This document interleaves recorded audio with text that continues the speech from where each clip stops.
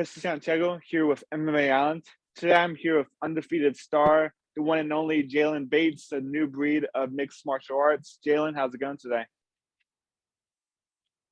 Beautiful day in Long Beach, bro. Got done sparring today. Got done running the damn hill today. I went to jiu-jitsu, so it's been a busy morning. And now I'm just doing some real estate work and enjoying my day off, the rest of the day off. How about yourself, bro? Been pretty good, pretty good. I'm excited to go to Hawaii next week. How was paintballing the other day? How was that? Woo! It was a whirlwind. It was like being in real life Call of Duty without dying, you know? Some of these dudes out there, they have their gear and they're like super like fitted out and they have their nice guns and stuff. I'm like, oh crap. And I thought getting shot with a paintball would actually be more nerve-wracking than it was. It wasn't that bad. I got shot a couple times, but I thought it would hurt. I thought it would hurt a lot more, bro, honestly. So it wasn't bad. For sure, for sure. And I got to ask you, how's the OnlyFans sponsorship going? Like, are you still putting out content for the fans to see? No, so actually, it was going good, but I actually stopped just posting on there because I realized, to be honest, if I'm gonna do OnlyFans, I'm gonna be swinging my dick around. I'm not gonna do OnlyFans to promote. Like, if I'm gonna do it, I'm gonna do it. I'm gonna fucking go purchase a studio and start fucking really recording OnlyFans because people actually really pay for that. People don't pay for the other stuff, and that's really how people make money is, go swing your dick around. So if I was if I was gonna do that, I'd actually be maybe in the future, maybe after I'm done fighting, but I don't want to mess up any of my sponsorships or come up. Gotcha, man. Gotcha. I mean, you could always be like Kevin Holland because he uses OnlyFans to like promote his fights. I believe he announced his last fight against Oliveira on OnlyFans. So what do you think about how Kevin Holland uses it? Um, like I think it's good, but I don't know, is his thing free? Yeah, I think Or so. and that's the thing, when you have a free OnlyFans, you're not making money, and with the if you look at the content creators, whether they're women or whether they're these men on there, they're charging you, and even though it's $5, people actually pay the $5. So you split $5 over 100 people, that you just made your money, you just made some money there. So and I'm not good at math. I was gonna try to do it, but I was like, no, I don't know. But yeah, you get my gist though. Like, Yeah. if you split it up and divide it and break it all down, it's you can make a lot of money, and it's really because sex is the most. It's the most like how do you say it? Selling, like you can sell sex. Sex sells. That's what it is. Sex sells. So yeah, man. If I'm gonna do it, man, it might be dark. It's gonna get dark on the screen. It is. That's awesome, man. That's awesome. Best of luck to you in that industry. But in the industry that you're now in, the fighting industry, you're coming off a great submission win earlier this year. But you said that you weren't really proud of that performance. Why is that? Yeah, man. Because I was doing a lot of stuff. I didn't take camp serious. I was really getting not tired, but I was getting bored of the camp, right? And just doing the same thing day in, day out. But then so when I get bored, then I start, going out, and my birthday was 2 weeks prior to that fight. And then about 2.5 or 3 weeks prior to that was New Year's. So New Year's, I was drinking, I was partying, the contract was signed, and then on my birthday, the boys fought for knockout promotion, coach's promotion, and we went out and we partied again. And so it was just like it was a lot of partying and a lot of stuff that I wasn't taking that camp serious. I wasn't taking my opponent serious, but I understand that as I continue to go through the ranks, my opponents are going to get better, my paychecks are going to get bigger, my notoriety is going to be more well known. So I actually took that, for me, as a loss in my book. I know it was a win on paper, but it was a loss in my book of who I am and the ability of a fighter I can become.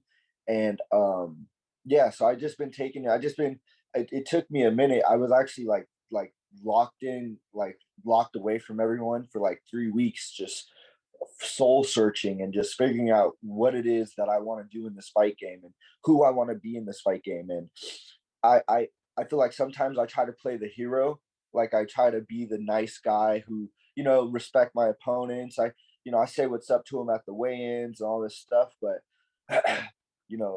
heroes die horrible deaths. So I'm trying to be the villain.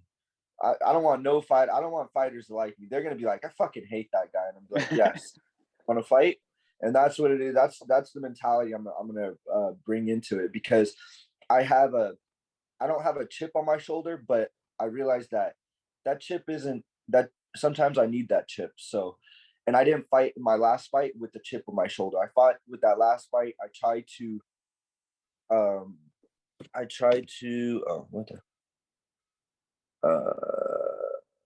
how do I decline that? Yeah, No. your screen's just like black right now. Okay, you're back on. Um, so I just figured that I need to go in there and be, because even my opponent, he even told me, he was like, Jaylon, you're good. He was like, Jaylon, because we saw after the fight that night. So you're a good fighter, bro. I don't know what happened to me tonight, but you have to realize, these guys are in here to, you're in there to fight, and I know you were trying to say what's up to me at the weigh-ins and be nice and all that, but you have to you have to fight. You have to just save that for after the fight. You go in there and be basically like not be mean, but you're here to handle business, not make friends. And that's the more mentality I'm approaching with this is, people are gonna not like me because I'm gonna be the villain, but I'm gonna keep winning. And yeah, that's that, bro. Mhm. I feel like a lot of people, including me, see you as like a nice guy. Somebody that's always courteous to other people. Is it kind of hard for you to take on that villain role coming into your next fight? I feel like it might be, but then it also. I want to fight Keith Lee so bad. I really hope they match me up with Keith Lee for the next fight. Um, because finishing him, it'll put in my mind. I'll understand where. I don't know if Stotts finished him. I think they went the distance, but I Yeah, know this is. Lugo. I think Jornell finished him the first round, right at the end. You know, and so I think going in there and starching him and just putting him away will let everyone in the division know, who I'm coming for, where I'm coming. Because after that, like after I fight whoever I don't know who I'm fighting, but hopefully it's Keith Lee. But whoever I'm fighting, whoever fights me next, they're gonna get a different Jaylon, because it's more serious. I'm more serious, and I'm taking it a lot more like a business. I'm trying to feed my family. So that's how I feel about it. I believe Keith Lee got released from Bellator. Did you hear about that? Shit. Nope. I don't know. Maybe they bring him in on a one-off or something. I don't know. I don't even care. Even if they want to put me with any of the guys. They want to put me. I know they wanted to put me with Cass Bell, Mhm. last September, and I still want 3 more fights this year. I really, really, really, really do, because I think I'll have 2 more fights on this next contract, and they're going to be some spectacular showcasings. They're going to be like, oh shit, damn, he's got something. And then hopefully I get 1 more fight before the end of the year, and that would be a blessing, because yeah, I really want to start just methodically and systematically taking down every single one. And I don't know if they have a top 15. Well, I don't think they do, but every single Top one, 10. top 10, Yeah. top 9, top 7, like literally systematically taking every single one down. And by the end of 2023, be the champion, whoever the champion is. I don't care who it is. It could be Pettis, it could be Stotts, it could be Archuleta, it could be Lugo, it could be Hill, it can be Higo, it could be Horiguchi. I don't care who it is. Every head is gonna go on my wall. That's what I want. I mean, the belt's gonna come, but the heads are more important.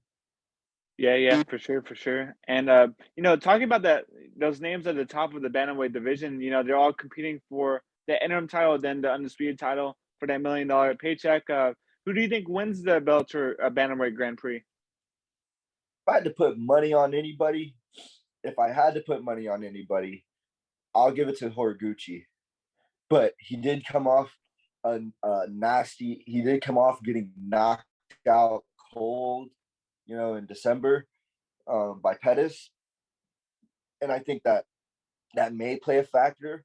I don't. If I had to choose if I was an A and B side, I would choose Horiguchi to win it. And if I had to choose a B side, I would choose Stotts for sure because he's trained with he's trained with Pettis. He's 32. He should technically in your 30s is when you're entering your prime, they say. So that's the perfect time to be fighting. He has solid wrestling. I don't know if he's not, but he's also a decision machine. He doesn't knock people out. He's not a super finisher. Oh shit, I can't forget about Patchy Mix, but I don't think Patchy can get past Stotts' wrestling if they fight on the same side. I haven't looked at the bracket too much. I'm just waiting to see the fights. Honestly, I'm a big fan of the sport as well, so I love watching it. And then I'm like, okay, I see. Okay, cool. All right, now I know what they do, and the pressure's on. The pressure's on. The pressure's on these guys.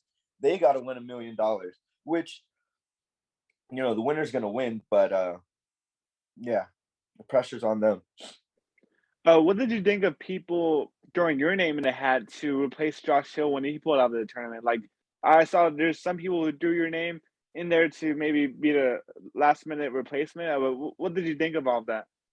Hey, don't put that pressure on me. Look, I will get to the belt. I know people, as much as people want to see me in the tournament and they wanted to see me in the tournament, I also think it's also a way for people to say, is he going to lose, right? And for me, this is a business. Keeping my O is more important than anything, and staying undefeated, getting the belt, and then staying undefeated while I have the belt is more important than anything. And I'm not, and I'm not rushing my career. I'm not rushing my time in the cage. It's a lot transitioning from amateur straight into the big leagues. I didn't have to, when these guys fight for like King of the Cage or, these like not like these smaller promotions because it's Bellator and UFC. It's these two promotions. And Risen, but that's overseas. So in America, that's these two promotions. And then when these guys fight for C leagues and B leagues, that's not as much pressure as fighting in a cage like Bellator. The cage is bigger. There's a lot more people. There's a lot more. Uh, exposure that you get from fighting on these cards. So I'm not rushing my time. I see what Bellator's doing with me, and I thank them for it because they're fucking a hell of a promotion. I just don't want them to, but I just don't want them or anybody else to rush me and rush my talents because the the results are gonna come. We just got to keep putting it to the test and slowly but surely increasing my opponent level, putting me to the test, putting me to the test. And eventually people are like, damn, this dude, he's gonna be, no one's untouchable, but they're gonna be like, damn, he looks untouchable. So that's that. I appreciate it though. I love it, but my hands are up. Mhm. What do you have to say about these comparisons between you and AJ McKee? He started out in Bellator. He's undefeated, maybe 17-0, 18-0, and he eventually became champion for Bellator as an undefeated fighter. So, what do you have to say about those comparisons between you, Jaylon Bates, and AJ McKee? Dude, man, the comparison is we both understand our bodies. The like I love that because but I would never compare myself to AJ, and I'm sure he wouldn't compare himself to me, because we're on two different playing fields. He has he's been in the game since he was like 20 years old fighting professionally. So he's on a level that's here, right? And I just started this shit 5 years ago. Like my amateur career all the way to professional. I just started it 5 years ago. I was never, I didn't have, I wasn't raised in a gym. I wasn't raised around MMA. I wasn't raised around fighting like that. Street fighting, yes, because people would try to pick on me and bully, stuff like that. I was always the quiet kid, or I was always the kid who, I didn't have as much money or clout as other people. So they're like, they didn't like me because I always was sure of myself. And that's the thing. So I appreciate the comparisons, but there is no comparison because shit, he's a killer. I'm trying to get to the killer level. I feel like, and that's even when I fight, I'm still kind of a nice guy. I'm not, when I'm in there, he's trying to fucking put you out. I'm trying to make it look good and make it nice and be like, oh, wow, did you see that? That was cool. Once I get that level of killer instinct, um, it's shit. There's no limit because even after the sky, you have space and you have all the other galaxies. So I never say sky's the limit, but yeah, man, I appreciate the comparisons, but we're on two different playing fields, and he's a monster and I'm a monster in my own way. So yeah. You say that you aren't a killer, but you almost killed a guy over there in Phoenix when you did a backflip and you almost kicked like a official. Uh, what do you have to say about that? Because I mean, from my viewpoint, it's like, dang, this guy, you almost decapitated a dude over there. You know what? I thought about that and I was like, damn, if he wasn't there, if he wasn't there, I would have landed it. But as I was flipping and I saw him, I was like, oh, and I like stopped my body, like I just did something weird with my body midair, and that's why it looked like that. And I was like, damn. But bro, yeah, I'm trying to hit that backflip clean next time. When I get a victory that impresses myself, because I'm a hard person to impress. Shit don't impress me. I'm very like critical, so I'm just like, okay, I won, but I could have done this, I could have done that, I could have done that. So yeah, once I get a clean you ever play Mortal Kombat, like the flawless. I'm more of a Tekken guy, honestly. Okay, Tekken. Okay, yeah, like if you hit the dude a bunch of times and he never hits you and it's flawless.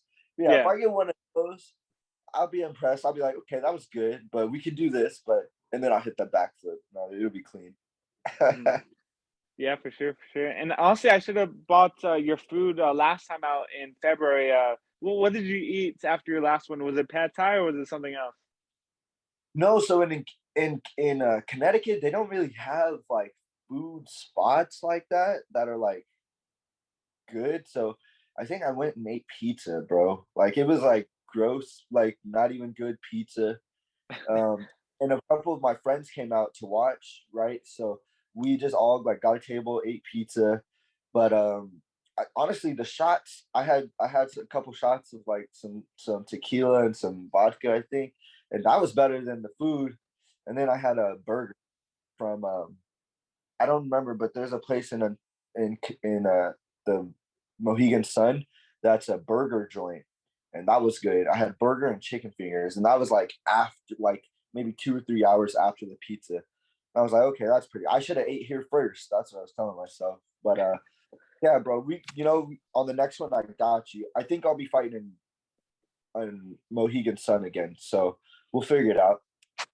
Nice, man. Nice. Hey, yeah, just hit me up and I'll PayPal you the meal afterwards. Got you. Hey, and I also got to get your gloves out too. I got to get your gloves out. They're signed.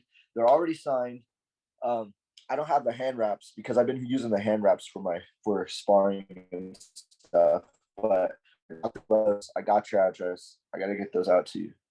Awesome. Sounds good, man. Yeah, they'll go on the wall with all the other autographs over here. Heck yeah, legends. Nice, nice. And you said that you want to take on the villain role. When you look into the fight game, you have guys like Chael Sonnen, Colby Covington. Like, who do you look up to in terms of like villains in mixed martial arts? Shit. See, you hit me with the mixed martial arts. That's I don't see in mixed martial arts. I don't look up to the villains personally. I look up to like Anderson Silva. He's very humble. Uh, John Jones is my all-time favorite. He's all-time GOAT for me. Chuck Liddell was my favorite, but Dylan Roll and just Marshall in just fighting in general, hands down Mayweather and Mike Tyson. Just being like I was repeating something while I was running the hill. I was like, I'm the most ferocious, I'm the most vicious, I'm the most fastest killer you ever seen. And I got to start putting that in my head that I'm on another level than these bantamweights, and they're gonna see that. They're gonna slowly but surely start seeing that, or fast. They're gonna start seeing it fast, and I might not be a threat now, but they might not look at me as a threat now, but they're gonna be like, damn, this dude talked all that shit when he was, I want the belt on his second professional fight. I'm coming for that belt. Now he's standing across the cage from me. So we're about to fight, and yeah, it's gonna be a war, but it's gonna be a war for them. It's gonna be hard work and dedication for me because it's gonna be easy.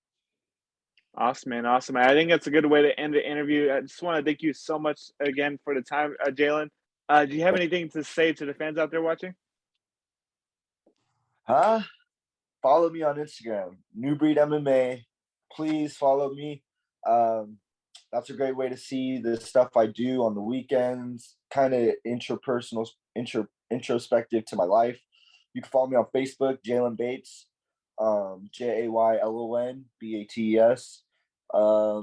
I do have Twitter. It's New Breed MMA as well. Yeah, just follow me on all my social accounts and watch my rise to the belt